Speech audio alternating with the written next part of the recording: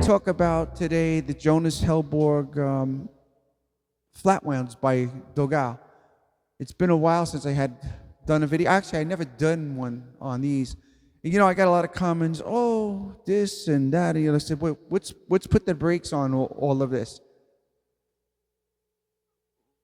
Everybody has their own sound. Everybody has their own feel. It's called individuality. Okay. The instrument I'm using today is a 72 EB4L. It's modified.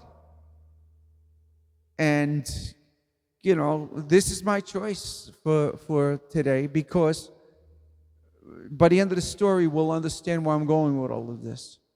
So I've tried a lot of flat wound strings before. My other favorites are Tomastics. But there's something more that you always look for. And like I'm always like this bass is individual to me. There's only one out there like it.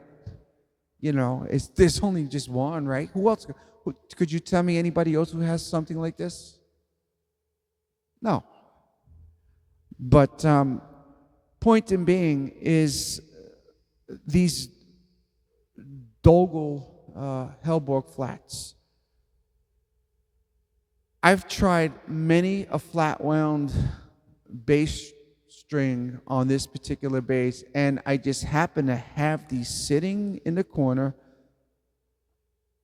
And the truth is, I actually took them off of a bass that I never was able to fall in love with, but I just was not going to let the strings go. And this is actually part of a 5-string set. The B string is hanging out. So when I do this video, I'm going to have maybe some reverb. I'll do some dry sounds, and I'm just going to show you what they do for me. And I'm going to play on the back pickup. Yeah, maybe I'll switch over to the neck pickup, which is a very special pickup, by the way. That's that 4-coil Gibson pickup, the Bill Lawrence designed.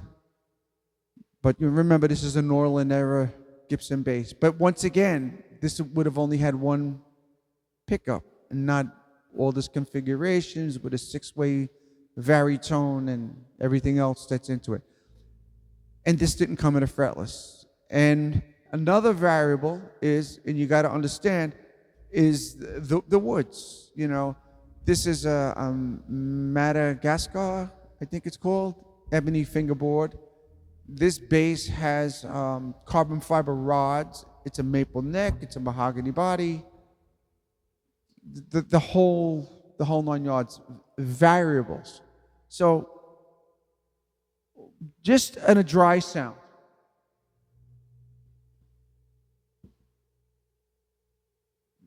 A dry sound.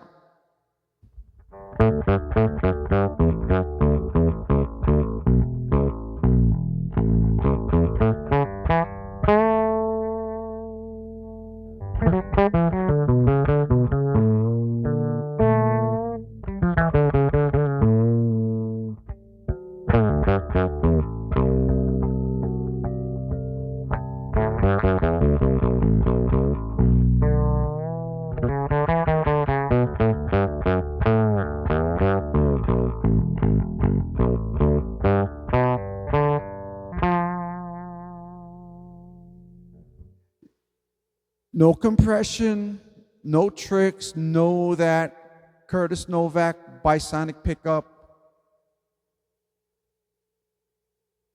It's just, in my preamps, this is normally a stereo setup, which when I put some effects on, you'll understand. So then I have my 2112 Tech 21 preamps. Wow. Well, that's supposed to be a distortion thing. No, actually, it gets me close to my my beloved 70 Marshall Major. Now here we go again. Gibson, bass, Marshall amp. It's not your combination. 2112 preamps, maybe it's not your combination, you know. What I'm trying to say, once again, individuality. So when we come to the point that we're at, it's about the individuality. These strings can take me to where I want to go. Watch.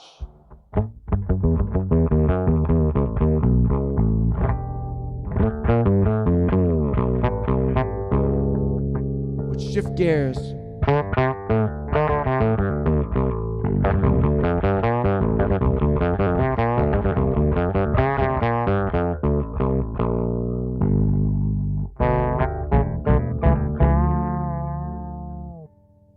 So I shifted from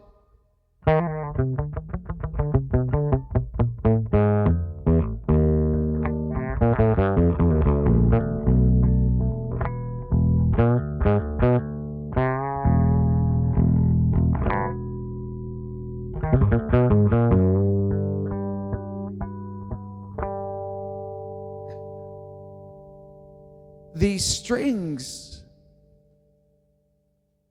are adaptable to your preference, to another person's preference.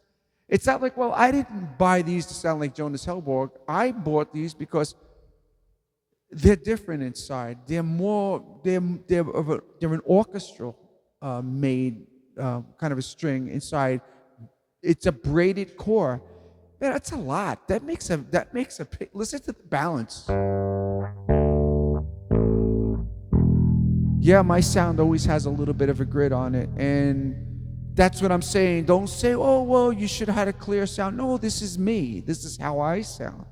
And this is how the strings respond to me, to how I play. I'm going to put a little reverb on it.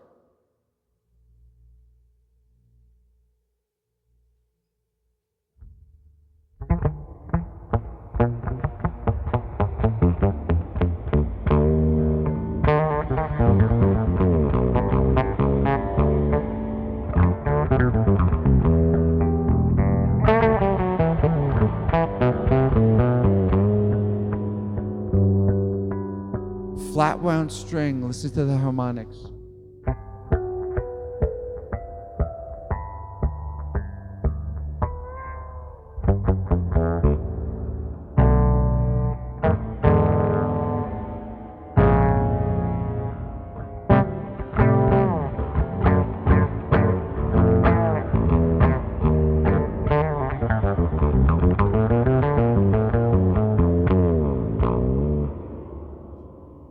Jonas put a lot of research into this string with Dogal to come up with this recipe. And I was messaging back and forth, and he said to me, a flat one's coming out. He says, just, stand by. And this is going back before all of this, this particular string came out. I mean, it's been out a while, but I just really never got that chance to demonstrate the string. But like the rounds, the nickel, this is nickel, and that's another thing. It's a nickel string. It's like it's real. It's like a cello string, It's that kind of a it's got that orchestral thing, and something that you look for on orchestral instruments is balance. They're not running compressors, and they're not running this and other, and all kinds of things. There's a big microphone. Yeah, there's a big microphone up there, and it's picking up all the sound from the instruments and the pits. But it's not like, well, my cello has I have a compressor on it, or I have this, or I have that effect on it. No, it doesn't work that way. So off the bat is the balance of the string, and that's what he was looking for. So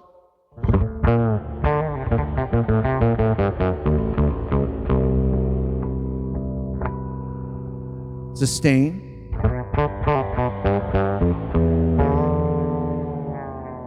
Now I'll shut off the reverb.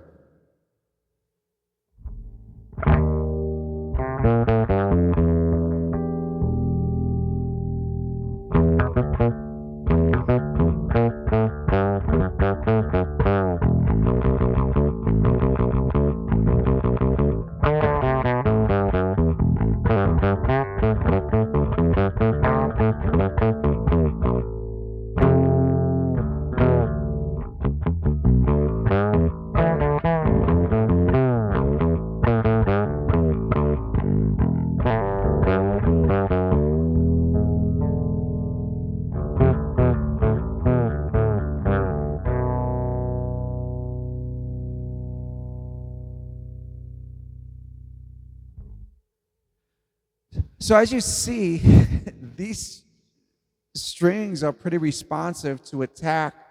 They're pretty responsive to your intonation. They're pretty responsive. Oh, by the way, I intonate my bass. My bass is intonated. Every note.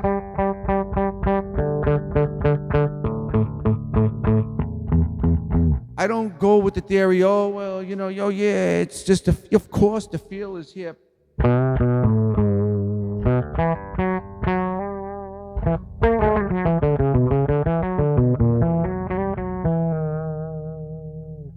That's feel to me, not on a fretless, just, you know, oh, just slide it into them. Well, you know, that's a great cliche, but that's not the way that's not the way I approach my my fretless playing. What else can I say about the string? You get what you pay for. You seriously get what you pay for. And you get a great flexibility, which, again, it's like a neck. Let's talk that, 'cause I'm a very technical guy. If I have too much tension on my truss rod, I'm compressing the wood. It's not able to breathe. So when I have my fretless done, just so you guys can understand a little something with any neck, when I have my instruments done, I always have them dial in. The neck is already straight. I don't use relief. My fingerboards are flat on my fretted and on my fretless. Anything, it's flat. Upright bass, I mean, it's pretty flat, right? If I'm not mistaken, you know, from me playing mine. So, point in being is when you have a stiff string, you lose the vibration. And then when you have hexagonal core, you have a round core. The round core is great, but it chokes. Hexagonal core makes a lot of overtones. The braided core is transparent. So you get the whole vibration of the string, not just the outsides or just one side of it, or how you say the 5 sides of it, the hexagon, or 6 sides. I forget what it is. Whatever. Correct me if I'm wrong. Let's send it in the notes. So, end of the day, my final thoughts on the Helborg flats by Dogal. Worth the money. And once again, you could say, oh, you should have ran a cleaner sound, or you could. That is irrelevant. It's totally irrelevant because you sound different than me. I sound different than you. We may have a similar appeal, but we're all different. So, Dogal, Jonas Helborg flats. You're either going to love them or you'll hate them. But do yourself a favor. Try them because they're going to bring the best out of you. Promise me. And they're not going to wear you out. It's a very friendly string. It's a very, very friendly string. And for me, like this bass, it's very advanced. It's simple, simple circuitry, passive, but it advanced in what's going on inside of it. And these strings are at that level as well. You know, they eliminate the complexities, but the complexities of sound, but yet they are complex. Try them out. Well worth it.